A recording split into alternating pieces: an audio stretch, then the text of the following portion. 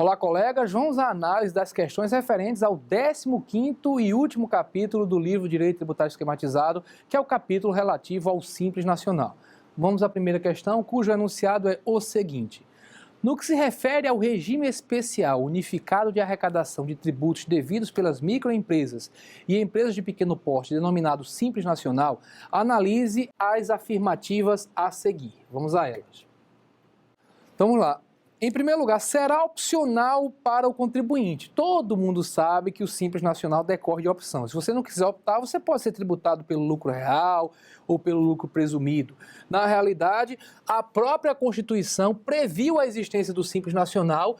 Lá no artigo 146 da Constituição, aparecem matérias que devem ser necessariamente disciplinadas por lei complementar. Entre essas matérias, aparece no inciso 3 a possibilidade da União editar normas sobre algumas coisas e na linha D que se prevê a existência do Simples Nacional, né?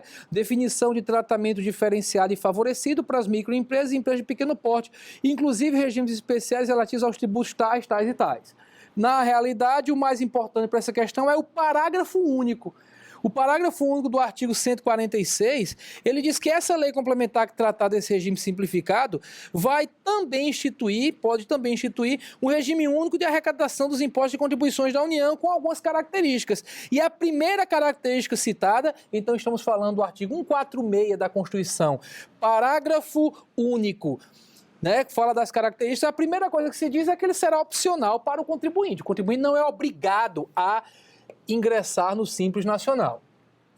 O item 2, se diz que abrange impostos, contribuições e taxas federais, estaduais e municipais. Na realidade, o Simples Nacional não abrange nenhuma taxa, certo? Ele abrange impostos federais, estaduais e municipais e contribuições federais, ok? É bom lembrar que o Simples agora é Simples, ou há bastante tempo já, né? Simples Nacional, justamente porque a Constituição autorizou o legislador a criar um sistema nacional. E a palavra nacional, ela envolve não só a União, que a União é federal só, né?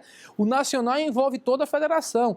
Por isso que dentro do Simples aparecem tributos de outras esferas. Aparece o ICMS estadual, aparece o ISS municipal. Então o caráter nacional veio daí. Claro que teve que mudar a Constituição para isso. Não poderia a União sozinha criar um sistema simplificado envolvendo o tributo alheio. Antes existia o Simples Federal, só para tributos federais. Existiam Simples estaduais, Simples municipais. Agora houve a unificação, Simples Nacional com autorização constitucional. Agora não existe essa história de taxas na sistemática do Simples. Depois se diz, então o item 2 ele é falso porque não há abrangência aqui de taxa alguma.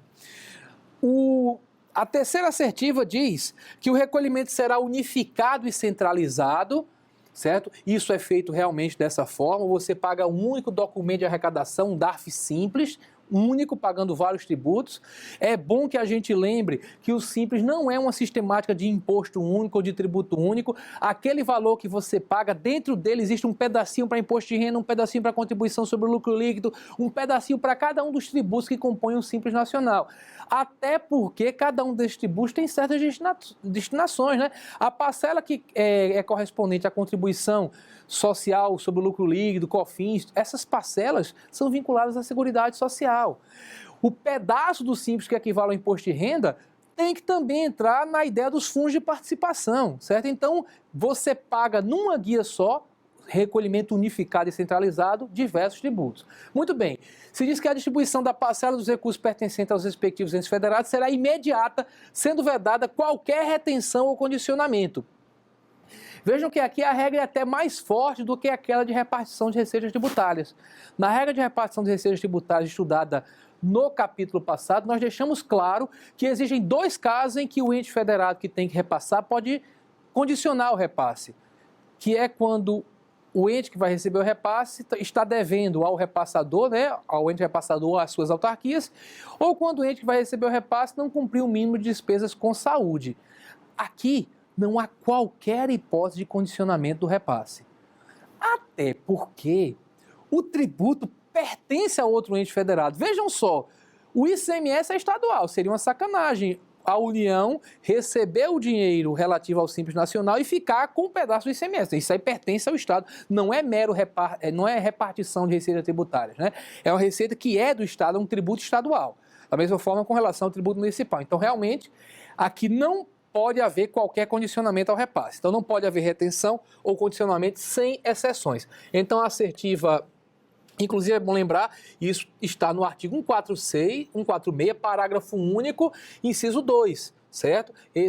Essa afirmativa aqui do item 3. Então, esse item 3 também é verdadeiro. São verdadeiras a primeira e a terceira afirmativa, de forma que o item, a linha, a alternativa corresponde ao gabarito, a alternativa C, que diz isso. 1 e 3 são verdadeiros. Com isso, a gente conclui a análise da questão.